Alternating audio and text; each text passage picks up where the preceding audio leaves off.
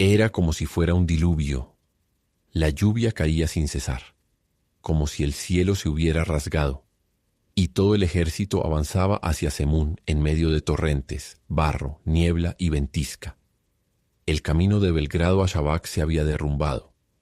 Los camellos de transporte, acostumbrados a otros entornos, se habían perdido junto con sus conductores en los oscuros bosques, las empinadas pendientes y las montañas abismales. Los oficiales gritaban, se escuchaban toques de corneta y los caballos relinchaban. Incluso la tienda del sultán no estaba a la vista. Este corto trayecto no se había completado en 3 días. En lugar del campamento, solo se había podido montar la tienda del gran visir. Cuando el sultán no pudo ver su tienda desde la ventana de su carruaje, se dirigió a los grandes y ágiles guardias a su alrededor, que deslumbraban con sus ropas mojadas de vivos colores rojo y verde con bordados dorados. «¿No nos detendremos más?», dijo. Nadie respondió. Todos miraban al frente mientras la lluvia caía a cántaros. El anciano sultán estaba enfermo. Sin embargo, no sentía los dolores de gota en sus pies y pensaba en orar en Semún. Ya no podía montar a caballo como antes, ni siquiera salir de su carruaje para consultar con sus visires. Toda la tropa, al no ver la tienda real en el lugar del campamento, quedó paralizada ante una cólera celestial. Se callaron de repente, como una congregación de pecadores. Las voces se apagaron, al igual que los toques de trompeta, los murmullos e incluso el relinchar de los caballos. Solo se escuchaba el golpeteo de las gotas de lluvia al caer sobre el suelo y los arbustos. ¿Qué había hecho el gran visir?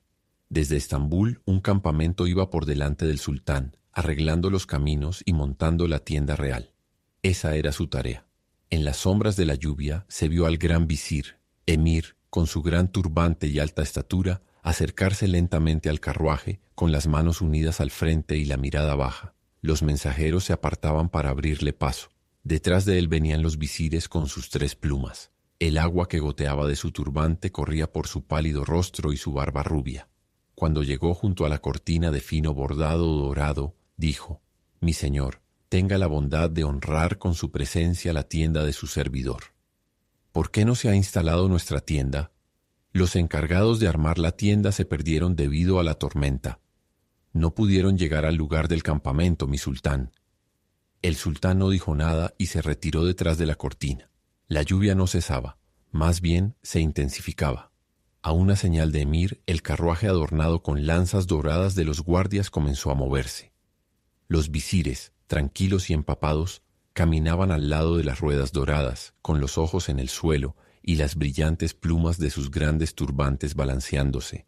Al llegar frente a la tienda, tomaron al sultán del brazo cuando descendía del carruaje y lo llevaron adentro por la puerta con cortinas bordadas. La lluvia caía incesantemente. El cansado ejército, que había llegado a Belgrado desde Estambul en 49 días, fue atacado por algunos bandidos en el camino. El comandante de los jenízaros salió en su persecución. El bey de Malkara se unió a Ebren Bey. Capturaron a todos los bandidos en sus escondites y los colgaron a lo largo del campamento. Durante estas persecuciones, Tosun Bey, un joven héroe y favorito del sultán, se destacó una vez más. Recorrió montañas, bosques y cuevas solo. Se enfrentó a bandas de 5 o 10 bandidos y luchó contra todos ellos por su cuenta, derrotándolos. Limpió por completo el camino del ejército. Ningún inspector podía seguirlo a caballo ni alcanzarlo. Avanzaba y retrocedía, cubriendo el equivalente a 3 campamentos en un día. No conocía el cansancio ni la falta de sueño. Hace 4 años el sultán lo vio y, cautivado por su porte valiente, lo tomó a su servicio, asignándole muchas tareas e incluso lo ascendió a jefe de los sargentos en un año. Tenía apenas 25 años. Sus espesos bigotes negros, grandes ojos avellana con mirada de halcón, anchos y robustos hombros, y su andar gallardo admiraban a todos los que lo veían. En las batallas había recibido hasta ahora 30 heridas en distintas partes de su cuerpo. Era un modelo de coraje, heroísmo y rapidez sin igual en todo el ejército. El gran visir lo asignaba a las tareas más peligrosas y tras grandes y extraordinarios éxitos lo presentaba ante el sultán, quien le otorgaba elogios. Incluso los orgullosos jenízaros, que no creían que hubiera otro valiente fuera de ellos, no podían contenerse al verlo pasar frente a ellos y se emocionaban. «¡Viva Tosun Bey! ¡Qué madre te dio a luz!», exclamaban. Las hazañas que lograba por sí solo eran legendarias. Había escalado murallas durante los asedios, utilizando delgadas escaleras colocadas en secreto por la noche, y avanzaba con espada en mano, solo entre las filas enemigas. Había rodeado campamentos enemigos sin ser visto y prendido fuego a sus municiones. Cuando fue capturado, logró escapar de entre cientos de guardianes, regresando con las armas y caballos de los centinelas que había matado mientras lo esperaban. Todos lo amaban, todos lo respetaban, incluso los visires. Con su valentía, Tosun Bey no tendría que esperar mucho para ser visir. Sí, probablemente obtendría el sello del sultán antes de que su barba se tornara gris. Era tanto valiente como erudito. Durante las campañas cantaba epopeyas heroicas con un laúd adornado. En tiempos de paz escribía odas llenas de sabiduría con gran elegancia. En su mano, endurecida por la empuñadura de la espada, la pluma no parecía extraña. Circulaban muchos mitos sobre él entre la gente. Había sido criado por un antiguo servidor de su padre. Era el hijo de un bey injustamente decapitado. La lluvia caía sin cesar. El campamento se había establecido a la derecha de un camino fangoso y deteriorado. Torrentes corrían desde todas las direcciones, los soldados llegaban a sus posiciones, las tiendas se levantaban, los calderos se descargaban y en distintos puntos brillaban las fogatas. En medio de esta multitud se vio a Tosun Bey deslizarse con su caballo alazán. Había alcanzado al ejército desde 2 campamentos atrás. Les preguntó a los genízaros que levantaban una mula con la carga volcada al borde del camino. ¿Han visto a mi mensajero?, preguntó Tosun Bey. Al ver a Tosun Bey, los genízaros se pusieron de pie y lo saludaron con respeto. El más anciano respondió: «No lo hemos visto». «¿Se ha marchado nuestro señor?» «No». «¿Dónde está?» «En la tienda del gran visir». Tosun Bey se detuvo, observó atentamente el rostro del genízaro y volvió a preguntar: «¿Dónde se ha colocado la tienda imperial?» «No se ha montado». «¿Por qué?» «Se ha extraviado». «¿Cómo es posible?» El genízaro guardó silencio. Miró al frente. ¿La tienda imperial se ha perdido? Sí. Tosun Bey se enfureció intensamente. Apretó los dientes. ¿Cómo podía perderse la tienda imperial? No podía asimilarlo. Para él, el sultán era sagrado. Consideraba la tienda como una Kaaba móvil. Con la desesperación de un creyente cuya Kaaba había sido destruida, clavó las pesadas y afiladas espuelas en el abdomen de su caballo y se lanzó hacia la tienda del gran visir, cuyas mojadas plumas eran visibles en los mástiles de las banderas. Pero no llegó muy lejos. Los maestros de los movimientos rápidos estaban deambulando en la lluvia. Vio la tienda de su querido amigo. Saltó al suelo y entregó su caballo a un sirviente que corría. Pervis Efendi, a quien recitaba poemas heroicos, estaba de pie dentro de la tienda, hablando con un notario sobre cómo el puente Shabak había sido construido por Bayram. Al verlo entrar, dijo: «¿Qué ocurre, señor Tosun?», interrumpió Tosun Bey temblando. No podía controlarse. «La tienda imperial se ha perdido». «Sí, hijo mío». «¿Cómo es posible esto, señor?» «Tal vez se ha perdido en el camino». «¿Cómo pudo perderse?» Pervis Efendi no respondió.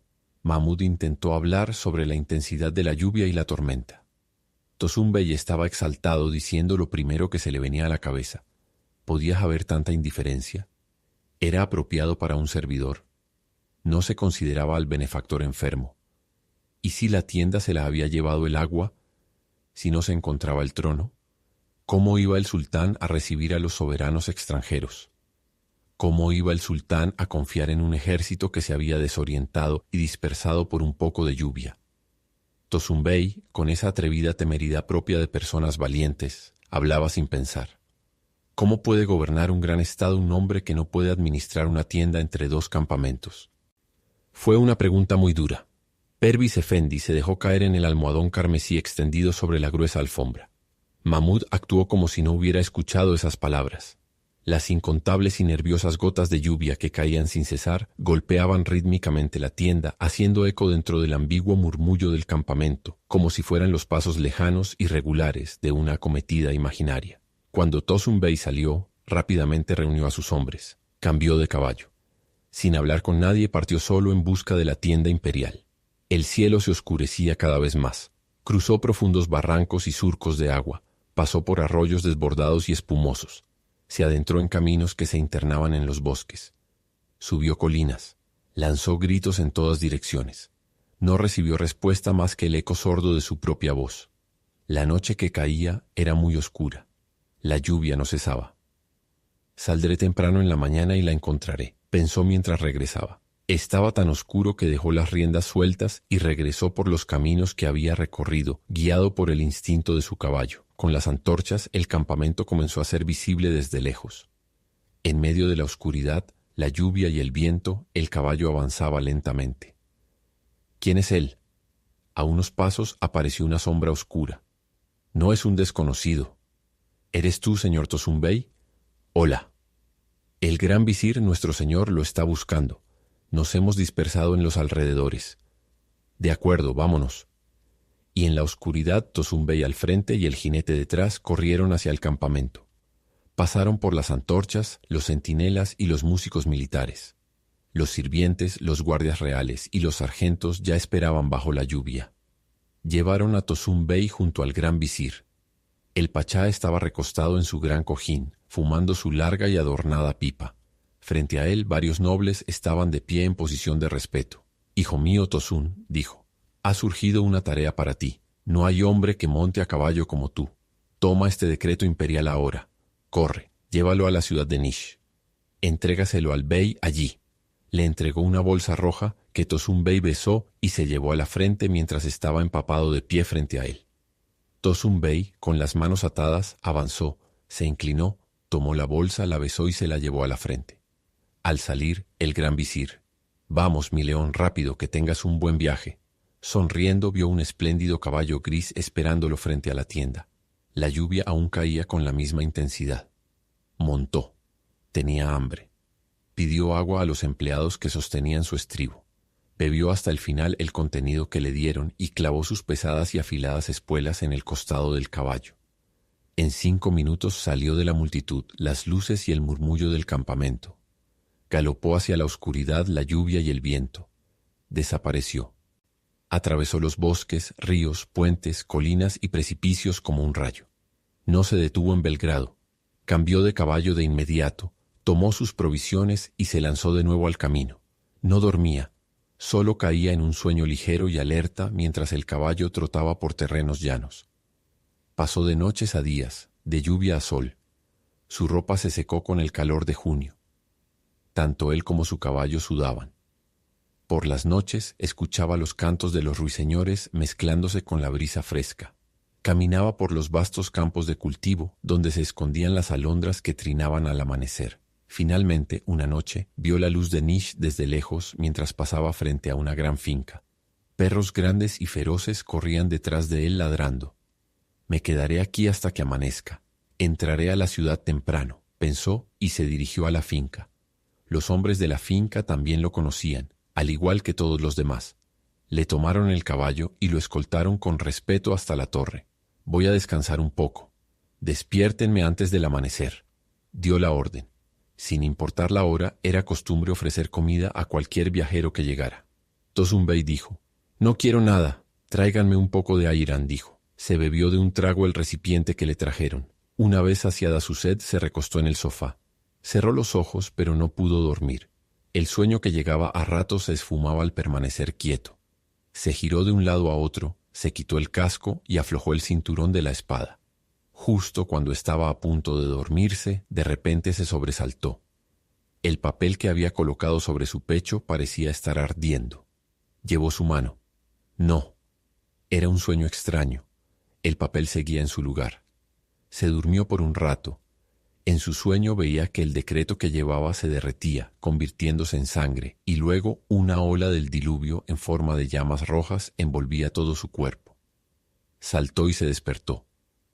Su corazón, que nunca perdía la compostura ante el peligro, ahora latía rápidamente. Se enderezó. «Espero que sea un buen presagio», pensó. Se sentó. Murmuró algunas oraciones. Se volvió y escupió 3 veces hacia su izquierda. Con mano temblorosa llevó su mano al decreto. Estaba en su lugar. Lo tomó lentamente y por un acto reflejo tiró de él. Observó bajo la luz temblorosa y débil del candil sobre el fogón. Quitó el paño que lo envolvía. Era una bolsa roja. Estaba sellada con cera en el borde. Miró atentamente. Con el sudor, la lluvia y el movimiento, el sello de cera se había aflojado.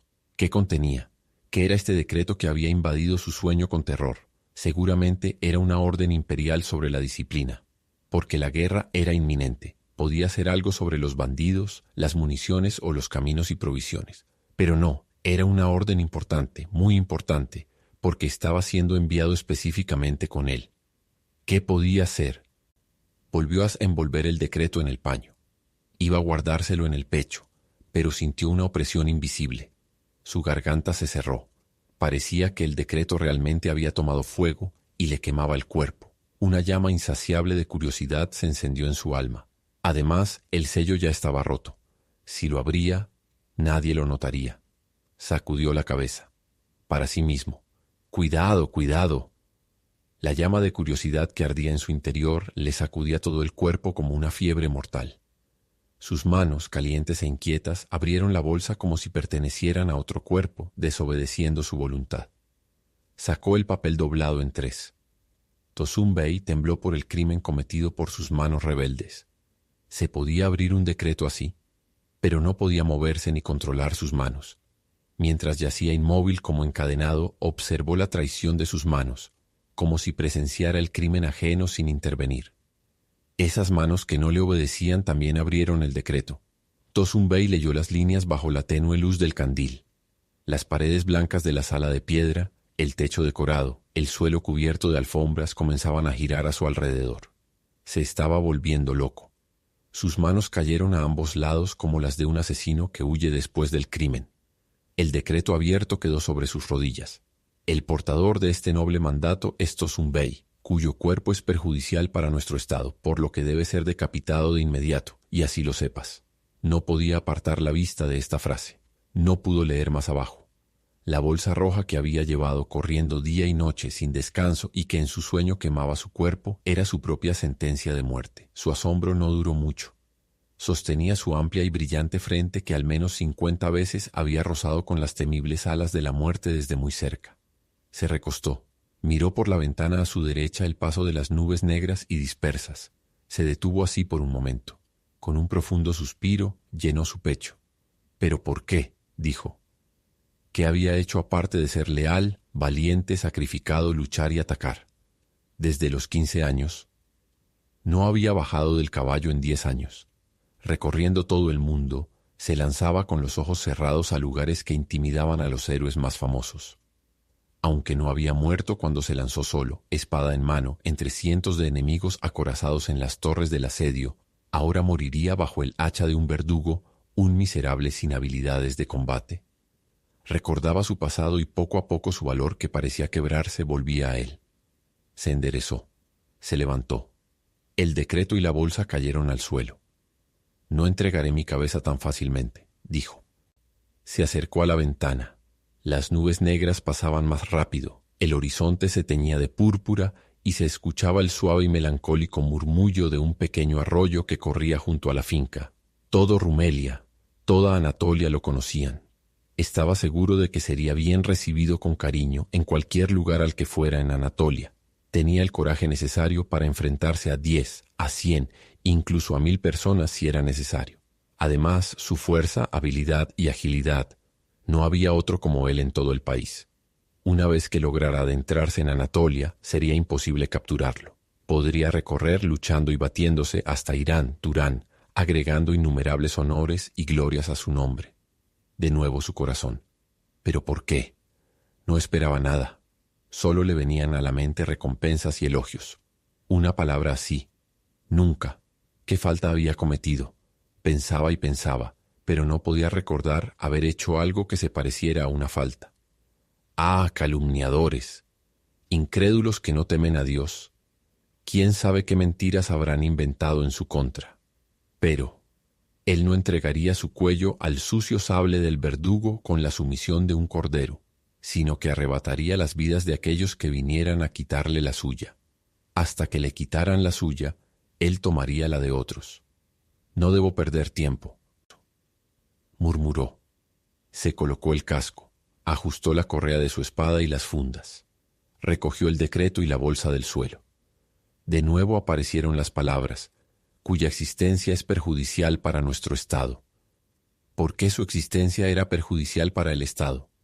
Una acusación así era una amargura y una injuria para alguien que había consagrado su vida al Estado. Observó la letra detenidamente. Era la caligrafía del sultán. Podía ser también la de Sibisir. La escritura del sultán y la suya eran casi indistinguibles. Dobló el decreto. Lo guardó de nuevo en la bolsa. Sopló sobre la cera. Colocó el sello suavemente en su lugar original. Allí, dentro de ese terrible paño, estaba su vida. Lo giró y lo devolvió.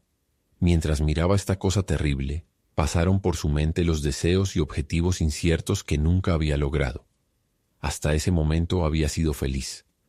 Vivía rodeado de prestigio, fama, riqueza y esplendor.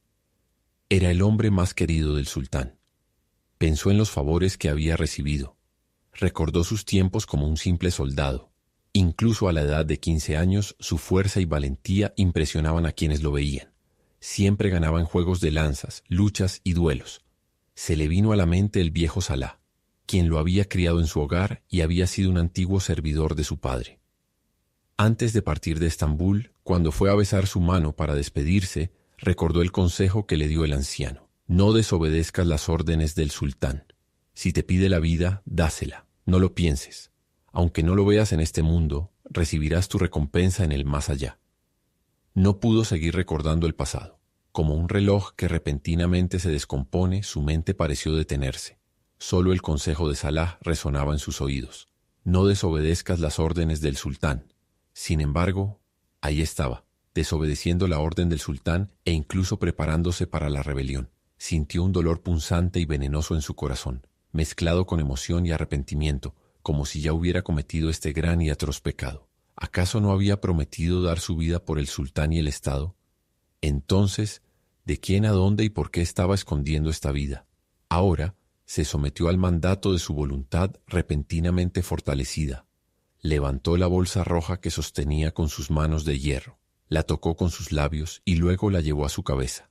Mientras el sol se asomaba sigilosamente entre las nubes, entró galopando en Niš. Recorrió las estrechas y deterioradas calles como un rayo vivaz. Se bajó de su caballo frente a la residencia del bey. Los porteros, jinetes y soldados que lo reconocieron lo saludaron. «Rápido, avisen al bey que traigo un decreto del sultán». Separándose de los sirvientes, el jefe de porteros se adelantó y lo guió por las escaleras de piedra. El bey, habiendo realizado la oración de la mañana, estaba en el salón de recepción, fumando su pipa con tranquilidad mientras disfrutaba de la paz matutina.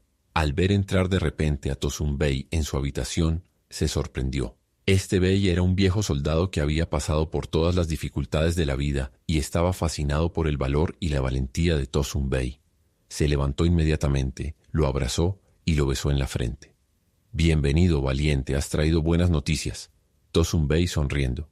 «He traído un decreto imperial». Sacó la bolsa roja de su pecho, la besó, la puso sobre su cabeza y se la entregó. El anciano bey pensó en la importancia de este decreto enviado especialmente con Tosun Bey. Su cansado corazón dio un salto. Se puso pálido. Con manos trémulas, débiles y peludas, recibió la bolsa. La besó. La puso sobre su cabeza. No prestó atención a la imperfección del sello de cera. Lo rompió. Sacó el decreto. Lo abrió. Lo leyó. Se desplomó sobre el alto sofá donde estaba apoyada su larga pipa. Frente a él, Tosun Bey, con una mano en la cadera, permanecía erguido, enérgico y sonriendo. El pobre anciano comenzó a llorar. «¿Por qué llora, señor Bey?». El anciano dijo: «¿Sabes lo que dice este decreto? Dice que me corten la cabeza». El viejo Bey miró largamente, con ojos húmedos, a este formidable y valiente guerrero, famoso en todo el país por su valentía, con mejillas sonrojadas y espesos bigotes. ¿Por qué había caído en desgracia? Qué gran injusticia era entregar a un león así en manos del verdugo. ¿Qué conciencia aceptaría esto? Con un sollozo que no hacía honor a su barba blanca. «¿Qué delito has realizado?», preguntó. «Solo el sultán lo sabe». «No seguiré las órdenes del sultán. Ahora escribiré tu perdón. Enviaré un mensajero doble. Si mi solicitud no es aceptada, pediré que me decapiten a mí». «No, bey. No. No desobedezcas la orden del sultán. corta mi cabeza. Después de cortarla, solicita mi perdón. Que mi sultán perdone a su siervo después de que su orden se haya cumplido. El anciano bey lloraba aún más, sollozando. No puedo hacerle daño a alguien como tú. No puedo hacerlo. Ni mis manos ni mi lengua pueden hacerlo. Por Dios, no puedo decapitarte. El rostro resplandeciente de Tosun Bey, que sonreía con la calma de un león recién despertado, de repente se ensombreció. Sus cejas espesas se fruncieron y sus grandes ojos color avellana con mirada de halcón se abrieron. Con odio e ira desenvainó su espada. Yo cortaré la cabeza de los rebeldes que no cumplan con la orden de mi sultán. Rugió mientras avanzaba hacia el anciano de carácter blando, débil y desobediente. Los guardias armados, que esperaban ocultos tras la gran cortina de fieltro rojo de la puerta, corrieron hacia él y lo sujetaron. Media hora después, el anciano bey, despojado de su turbante oficial bordado de oro y ahora con una humilde gorra de oración, permanecía en su habitación solitaria, sentado en su alfombra de oración con la cabeza inclinada mientras recitaba en voz baja el Yasín. Afuera, la lluvia caía suavemente, como un lamento del cielo, empapando las piedras negras del patio, donde la sangre fresca de Tosun Bey se mezclaba con las gotas, creando un rastro silencioso de tragedia y resignación. El fin.